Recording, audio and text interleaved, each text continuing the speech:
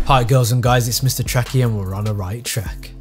So a question I've always been asked on my channel ever since I started it, because I've always played shooters, is Mr. Tracky, what is your sensitivity? What are your settings? And whilst I've shared my settings previously and my sensitivity, I need to explain something before I share them today. I will share them, but I need to get something out the way for people to understand before they just copy and paste my generic setup believing that it will work for them.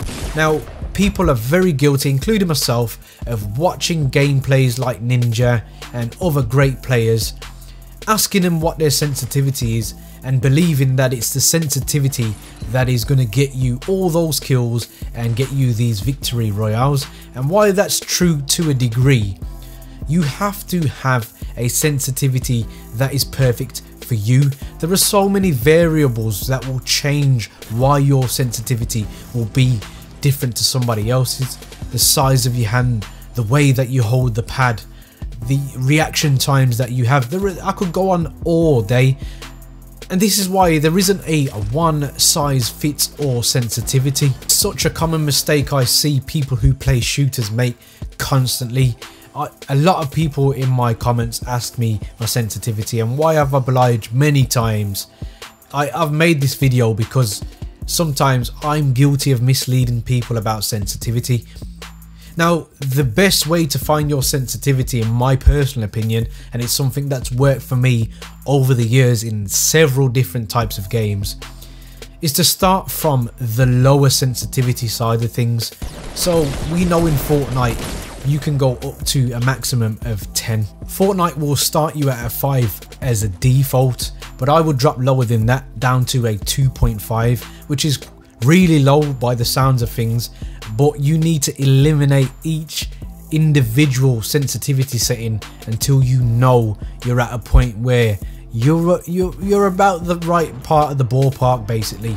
Now you need to understand, are you overcompensating when you're turning to aim at somebody? Are you undercompensating?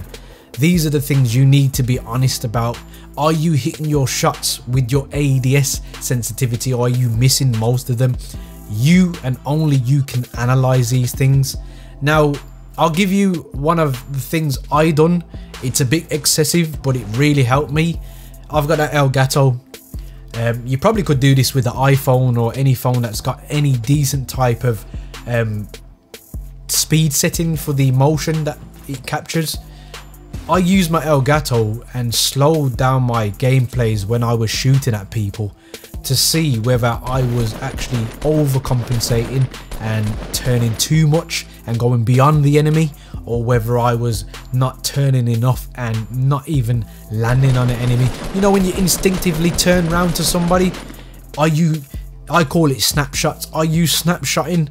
Are you able to turn to an enemy, let that auto aim assist come in, snap onto them and just obliterate them? If you can't do that, then your sensitivity is probably wrong. And the easiest way to spot whether this is happening or not is to actually slow your footage down, which is what I do. But if you can't do that, just be honest with yourself and think to yourself, when I released that trigger, was I on target? The good thing about Fortnite is it gives you visuals with the numbers of how much damage you are dealing to the enemy. So if you're hearing your gun go off and you're not seeing those numbers straight away, then more than likely your sensitivity is not correct. Now, my sensitivity, I have a 8.5 on the X and the Y, and my ADS is a 0.75. Now, I will admit, and I have to let you all know, I use this controller here, and as you can probably see, the right hand side analog stick is higher than the standard left PlayStation default analog stick. This helps me to higher my sensitivity so I can actually move faster, but I'm a lot more accurate. You can actually, just like I used to, I had either a control freak on the right hand side, or you can put a Xbox analog stick in your PlayStation controller and they are slightly higher. But trust me, it will make you a lot more accurate, but the ability to move quicker, because you can have a higher sensitivity, but because your stick is longer, there's more input that you need to put to make it go where it needs to go, and before you know it you're nearly on a 10. So yes, I'm on an 8.5 on my X and Y and a 0.75 on my ADS, and just the default for my scope. But as I've said previously guys, you need to break it down, and don't just do it after you have saw yourself made 1 or 2 mistakes. You need to be constantly playing for a good amount of time to analyze it and say, you know what, I'm not turning quick enough, or I'm turning too fast. It's never going to be the case of literally putting it on a particular set of settings and boom, you are away. You have to get used to it. It is going to be an adjustment, and it's going to take time.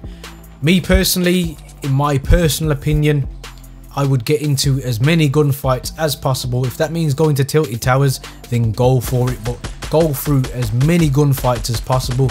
If you are in the lobby, just practice turning on people and snapping your aim on someone. Even if it's a wall in the game or a tree, just practice spinning, snapping your aim, and if you're hitting that target, then you're probably on the right sort of sensitivity that you need for yourself. Guys, there are many buttons you could hit, but a like and subscribe button, I hope they tickle your fancy, and as always guys, don't forget to stay on the right track. Peace.